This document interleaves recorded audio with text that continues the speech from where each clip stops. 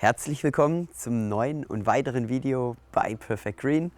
Noch sind die Temperaturen ganz ordentlich, ich bin noch kurzärmlich, doch kommende Woche sollen die Temperaturen deutlich fallen und aus dem Grund mache ich alles rund um meinen Rasen winterfest. Das bedeutet, ich bringe Herbstdünger aus und ich blase die Bewässerungsanlage aus und ihr dürft dabei zuschauen. Ich wünsche euch viel Spaß dabei.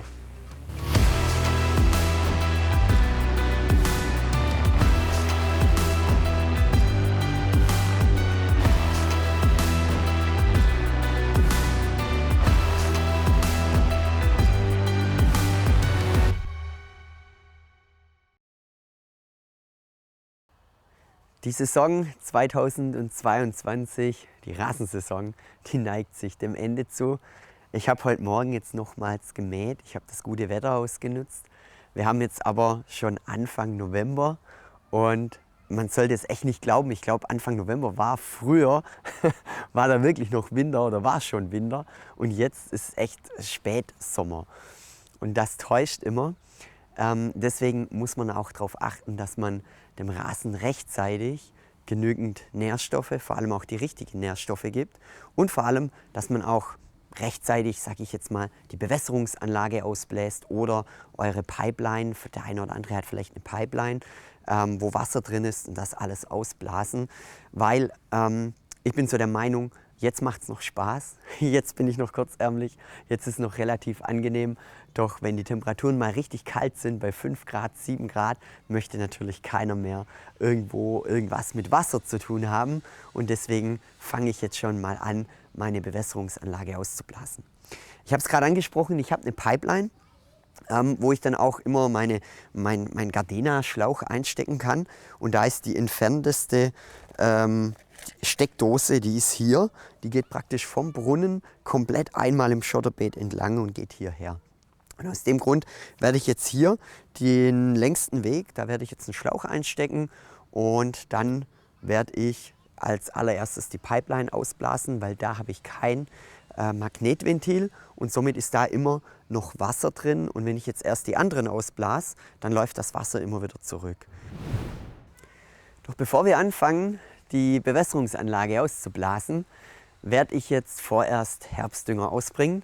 Denn wenn das Gras mal nass ist, feucht ist und ihr packt dann den Dünger drauf, dann kann es je nach Temperatur kann es auch zu Verbrennungen kommen, weil der Stickstoff, der ist ja Minimalstickstoff noch drin in dem Herbstdünger, der wird dann angelöst und kann das Blatt verbrennen. Deswegen bringe ich jetzt lieber Herbstdünger aus und dann durch die Bewässerungsanlage kommt auch nochmals etwas Feuchtigkeit drauf. Das macht dann nichts aus, weil der Dünger dann schon in der Grasnarbe drin ist. Beim Dünger ausbringen, nur noch mal zur Erinnerung oder falls ihr neu eingeschaltet habt, wir haben hier, ich bringe 2 verschiedene Dünger aus. Wir haben auf dieser Fläche hier, haben wir den Standarddünger, den wir sonst immer verwenden, also Premium Standarddünger. Das ist einmal der von Eurogreen, der Spring, dann im Sommer der ProGreens P56 und jetzt im Herbst der High K.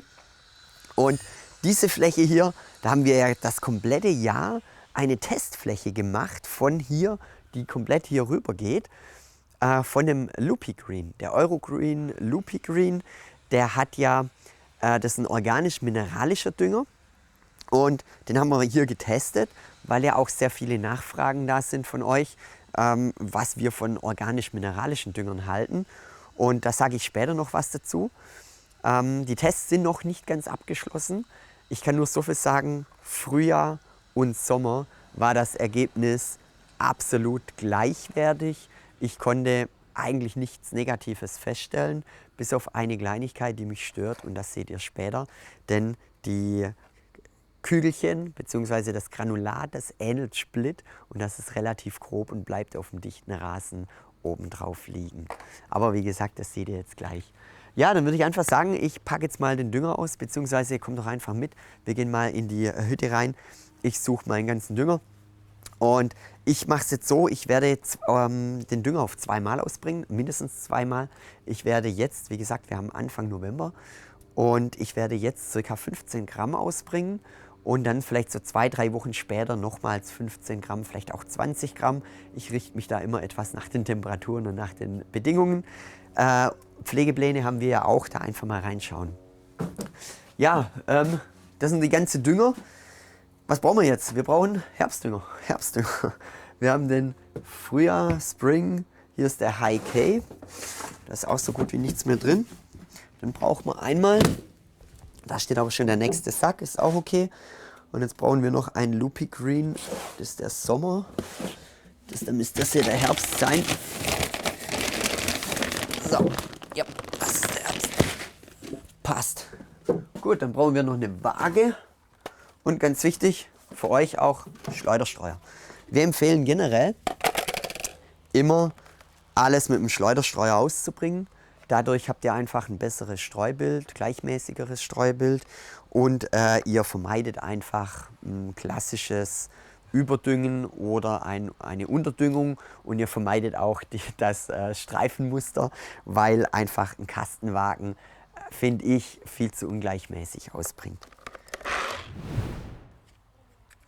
Ich fange jetzt als erstes mit dem Loopy Green an. Den mache ich eigentlich immer als erstes, aber im Prinzip ist es egal. Jetzt dürft ihr auch mal den Unterschied sehen von der Granulatgröße. Die ist schon extrem. Ich habe jetzt hier mal, schaut mal das an, der Unterschied.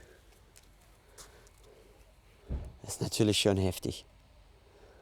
Und das wird man auch gleich sehen, der liegt einfach viel mehr auf dem Rasen drauf. Und der High K, der rieselt richtig schön runter mit dem Elite-Granulat. Ja, wie gesagt, ich bringe ungefähr 15 Gramm aus. 15 Gramm von dem High K. Der High K hat aber ein Stickstoffgehalt von 12% und 25% Kalium. Der Loopy Green hat 6 und 12. Bedeutet, das ist genau die Hälfte vom Loopy Green. Somit muss ich das Doppelte beim Loopy Green ausbringen. Also heißt 30 Gramm Loopy Green. Die Fläche hat genau 100 Quadratmeter. Das bedeutet, ich brauche jetzt 3 Kilo. Und dann kann schon losgehen. Und bitte nicht wundern, ich habe es glaube ich schon mal irgendwo gesagt, hier mein Rasen, der ist voller Löcher. Ich habe nicht erifiziert, das ist ein Regenwurmhäufchen. Das ist echt übel. Hier sieht es echt übel aus, aber es ist so, es ist die Natur und das gehört halt nun mal auch dazu.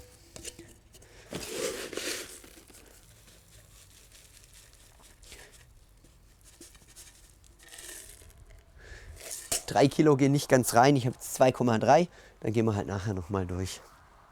Von der Einstellung habe ich festgestellt, bei dem bei dem Einhell-Schleuderstreuer ist so ideal auf 7 oder 8 und dann kann es eigentlich schon losgehen, das Ganze.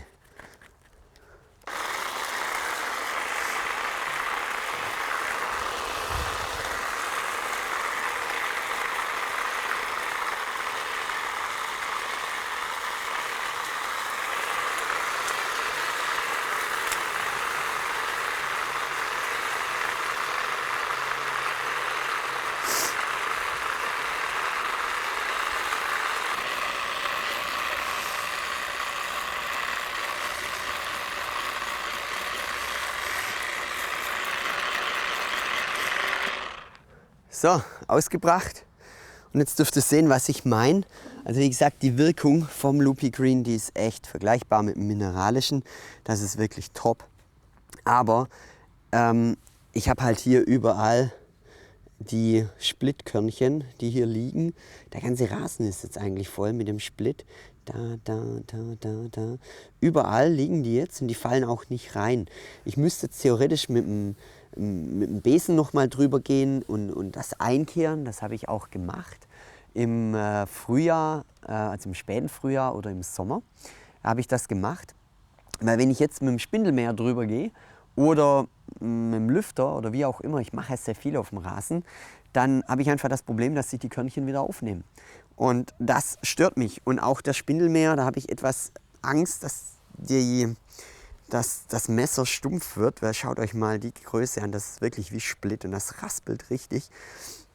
Deswegen, also ich werde den Loopy Green von der Wirkleistung her, im Frühjahr und Sommer kann ich ihn echt empfehlen, der ist echt super. Da ist er vergleichbar mit dem Mineralischen, aber ich werde ihn auf meiner Fläche nicht mehr nehmen. weil er mir einfach zu grob ist. Auch wenn es dann jetzt Morgentau ist und man läuft drüber, das fängt dann an zu schmieren und das trägt man alles mit ins Haus rein. Ich bin mir sicher, wenn ich einen Rasen habe, der jetzt 35 oder 40 mm hoch ist, dann habe ich das Problem nicht mehr. Das ist halt nur bei so 16, 17 mm und extrem dichten Rasen, da werdet ihr das Problem haben. Jetzt dürft ihr mal den Unterschied sehen, wenn ich jetzt den High K ausbringe mit dem Elite Granulat, das ist halt natürlich schon nochmals was anderes. Und vor allem, ja, es sieht halt immer aus, wie wenn der Rasen frisch gesplittet wäre.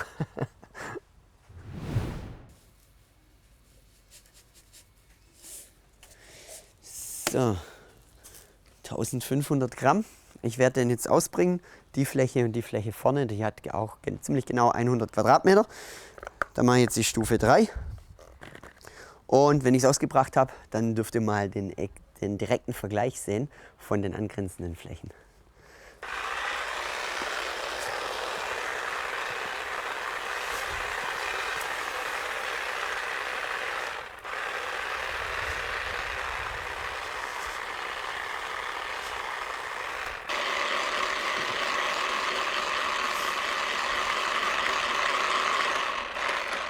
So, das war's. Und jetzt schauen wir uns mal den direkten Vergleich an. Gehen wir mal darüber. Ja, gut. Also ich denke, ich hoffe, man sieht es auf der Kamera. Ich glaube, wenn man hier schon sieht, das ist jetzt die Loopy Green Fläche. Hier sind überall die Körnchen. Und wenn man jetzt hier rüber geht, ab hier ist dann die High K Fläche. Und das sieht so aus, wie wenn gar nichts gedüngt wäre. Aber wenn ich jetzt hier mal so aufmache, das sieht man hier. Da ist ein Körnchen, da ist ein Körnchen. Ich weiß nicht, ob man es erkennen kann. Da ist so ein Körnchen. Man sieht zum Beispiel auch hier bei den Regenwurmhäufchen. Da sieht man es eigentlich ganz, ganz gut. Das sind überall die fallen komplett alle in die Grasnarbe rein und der Loopy bleibt halt oben. Das ist eigentlich der einzige Kritikpunkt, wo ich habe. Ansonsten finde ich ihn bisher jetzt echt klasse. Schauen wir mal, wie der Loopy jetzt über den Winter kommt und in den Frühjahr startet. Und ich würde aber einfach sagen, wir machen einen neuen Dünge- und Pflegeplan vom Loopy Green und ja, stellen den euch dann auch zur Verfügung. Und jetzt blasen wir die Bewässerungsanlage aus. Fast vergessen, vor lauter Video drehen. Nach dem Düngen empfehle ich immer, einmal kurz mit dem Laubbläser die ganze Steine, alles komplett oder Terrasse, vielleicht ist da was draufgefallen, kurz abzublasen, weil wenn da ein Düngerkügelchen drauf liegt, je nach Dünger, was ihr habt, wenn da Eisensulfat drin ist, es gibt Rostflecken und das sieht dann nicht so toll aus. Deswegen einfach mal kurz abblasen das Ganze.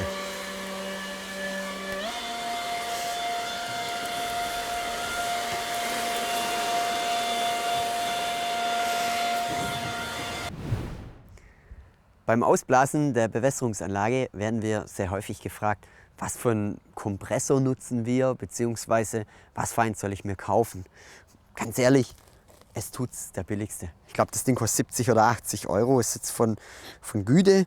Das Ding hat nicht viel Volumen, es hat viel Druck, glaube 8 Bar oder 6 Bar, was da durchgehen, maximal 8 Bar. Ist okay, schön handlich. Aber reicht völlig aus. Ihr braucht nicht einen mega riesen Kompressor, so ein kleines Teil reicht völlig aus. Der hat jetzt auch keinen Druckbehälter, sondern er pumpt halt dann die permanent, aber völlig egal. So, beim Bewässerungsanlage ausblasen. Ja, was muss man als erstes machen? Was muss man beachten? Natürlich erstmal die Brunnenpumpe ausschalten, egal ob ihr jetzt eine Tiefbrunnenpumpe habt oder eine normale. Die wird jetzt erstmal hier ausgesteckt. Das müsste die gewesen sein, ja. Und dann erstmal Druck ablassen. Dann machen wir jetzt einfach mal was auf. So, Druck ist weg. Die Pumpe können wir auch ausstecken. Das ist die zweite Pumpe. Und dann habe ich hier einen Adapter, wo ich mir gleich hingemacht habe. Und da stecke ich jetzt einfach den Kompressor an. Das ist das Teil hier einfach aufmachen. Das ist ein Hahn, deswegen Druck wegmachen, weil sonst kommt hier das ganze Wasser raus. Und dann wird automatisch, den habe ich schon von Anfang an, wo im Prinzip das Steigrohr hochkommt, habe ich den gleich eingebaut, weil somit wird auch gleich der Wasserfilter Press Control und alle komplette Leitungen werden gleich ausgeblasen. Dann passt das. Viele fragen auch immer, was ist denn weil ich habe ja unten in meiner Pumpe ist ein Rückschlagventil drin und in der Steigleitung habe ich ja auch Wasser. Was ist mit dem Wasser? Das kann doch auch gefrieren. Theoretisch ja, es kann gefrieren im oberen Bereich, so den ersten Meter. Aber meine Erfahrung ist, durch den ganzen Druck, der hier stattfindet beim Ausblasen, wird das Rohr die ersten paar Meter komplett leer. Also ist echt cool. Und selbst wenn noch Wasser drin wäre, ist es völlig egal, weil es kann ja nach oben, kann es sich ausdehnen. Anders wie in den Leitungen im Boden. Wenn da Frost dran kommt, dann kann es sich nirgends ausdehnen. Und dann kann natürlich so eine Leitung auch mal platzen, was mega ärgerlich wäre, weil dann muss man ja wieder alles aufgraben. Viele gehen auch her und haben ein Entwässerungsventil, das gibt es auch. Sobald der Druck nachlässt, geht ein Ventil auf und dann entwässert das. Das hatte ich auch mal. Meine Erfahrungen waren aber nicht so besonders gut damit, deswegen blase ich es immer einmal aus im Herbst und dann ist das Thema eigentlich erledigt. Ja, also im Prinzip, wie gesagt, ganz easy. Einfach mal anschließen und dann Leitung für Leitung öffnen. So, und jetzt habe ich noch einen kleinen Lifehack für euch. Und zwar stecke ich jetzt den Kompressor in eine WLAN-Steckdose ein. Die machen wir jetzt erstmal stromlos und ich schalte den Kompressor ein. Dann wird er noch angeschlossen und das Ventil offen, das passt. Weil wenn der Kompressor jetzt schon laufen würde, währenddessen ich Vorlauf und meine Pipeline einstecke, damit das Wasser rauskommt, dann baut der Kompressor so ordentlich Druck auf. Ja, überall Spinnenweben hier. Dann baut der Kompressor so ordentlich Druck auf, dass die Leitungen wirklich an die Grenzen kommen würden und natürlich auch der Kompressor an die Grenzen kommt. Und aus dem Grund laufe ich jetzt vor, nehme noch mein Handy mit und dann bin ich vorne, kann alles einstecken und dann kann ich mit dem Handy den Kompressor anschalten. Wie erwähnt, ist das der entfernteste Anschluss und das Ganze ist jetzt schon drucklos, das System. Und jetzt schalte ich einfach den Kompressor an. Das ist jetzt der hier. Ihr hört ihn vielleicht schon. So einfach geht's. Man sollte nicht glauben, wie viel Wasser in dem Rohr noch drin ist. Das ist ein 3/4 Zoll Rohr. Das sind ungefähr 30, 35 Meter, vielleicht sind es auch 40 Meter. Das ist echt Wahnsinn, was da noch Wasser rauskommt. Und ihr seht mit dem kleinen Kompressor, was da an Druck rauskommt. Jetzt kommt stellenweise Luft. Also ihr merkt schon, der Kompressor ist völlig ausreichend. Einen größeren braucht ihr gar nicht. So, ich schalte jetzt immer wieder mal aus, so mache ich's. Lasse ich das Wasser noch etwas sammeln. Ich habe ja mehrere Dosen. Da kann natürlich auch sein, ich habe eine kleine Senke, da läuft es wieder zurück. Und dann schalte ich das Ganze nochmals an.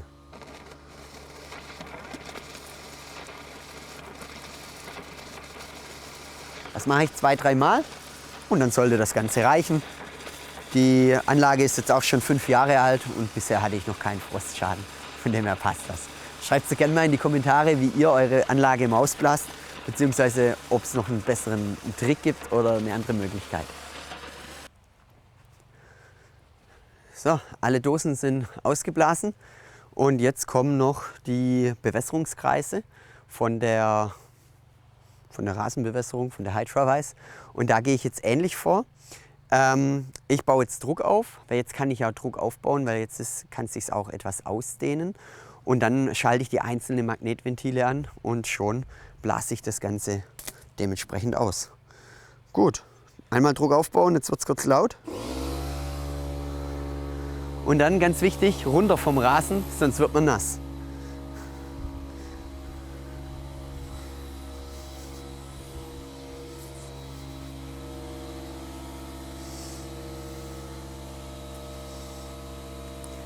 Wir starten mit der Mitte. Wir starten mit der Mitte und los geht's.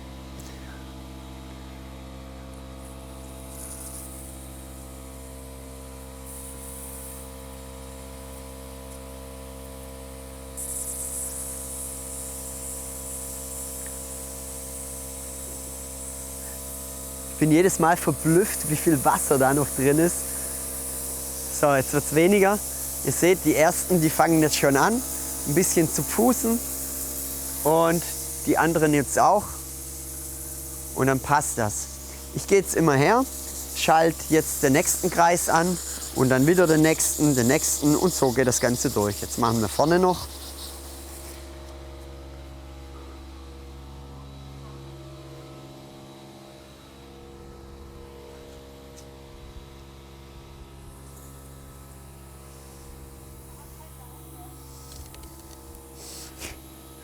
Dürft ihr mal sehen, wie viel Erde, das geht so ruckzuck. Die waren jetzt schon ein paar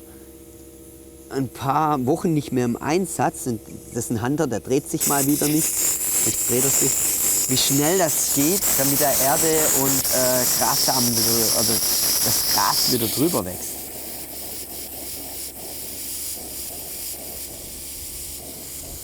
Und dann noch der letzte. Und das war's schon. So, wir sind durch. Wir machen mal den Lärm aus hier. Ich habe das Ganze jetzt auch hier pro Kreis 2-3 Mal durchlaufen lassen, immer wieder Druck aufgebaut und dann einfach die Magnetventile aufgemacht, sodass der Druck schlagartig entweicht. Und jetzt ist eigentlich kein Wasser mehr drin, das ist soweit jetzt in Ordnung. Das Ganze kann jetzt abgeschlossen werden und dann ist eigentlich schon fertig, ist die Bewässerungsanlage durch, ist schon mal winterfest. Und jetzt kommen wir noch zu einer Frage, die immer sehr viele stellen. Wenn ich jetzt schon Herbstdünger ausgebracht habe und generell den Rasen auf den Winter vorbereitet habe, darf ich dann nochmals mähen, wenn der Rasen wächst? Ganz klares Ja. Bitte mäht so lange in den Herbst, in den Winter rein, bis so lange wie der Rasen eigentlich gemäht werden möchte. Das bedeutet, wenn die Temperaturen es auch noch zulassen, wenn der Rasen auch noch wächst, dann kann auch gut möglich sein, dass ihr sogar am 24.12. nochmals mäht. War bei mir auch schon der Fall. Da habe ich natürlich nicht selber gemäht, da habe ich einen Robi rausgelassen, damit es über die Weihnachtsfeiertage nochmal schön gleichmäßig gemäht ist. Also von dem her einfach weiter mähen, wenn er gemäht werden möchte. Bitte achtet da auch drauf, lasst ihn nicht deutlich höher als sonst, macht ihn auch nicht tiefer, stresst ihn nicht mehr zu sehr, lasst ihn einfach so, wie er das ganze Jahr über war, das ist eigentlich ideal. Wenn Fragen sind, dürft ihr diese natürlich sehr gerne stellen, unten in den Kommentaren, die beantworten wir sehr gerne. Folgt uns auch sehr gerne auf Instagram oder abonniert den Kanal auch bei YouTube, würde uns sehr freuen. Ich bedanke mich fürs Zuschauen und wünsche euch wie immer eine schöne Zeit. Bis dann, ciao.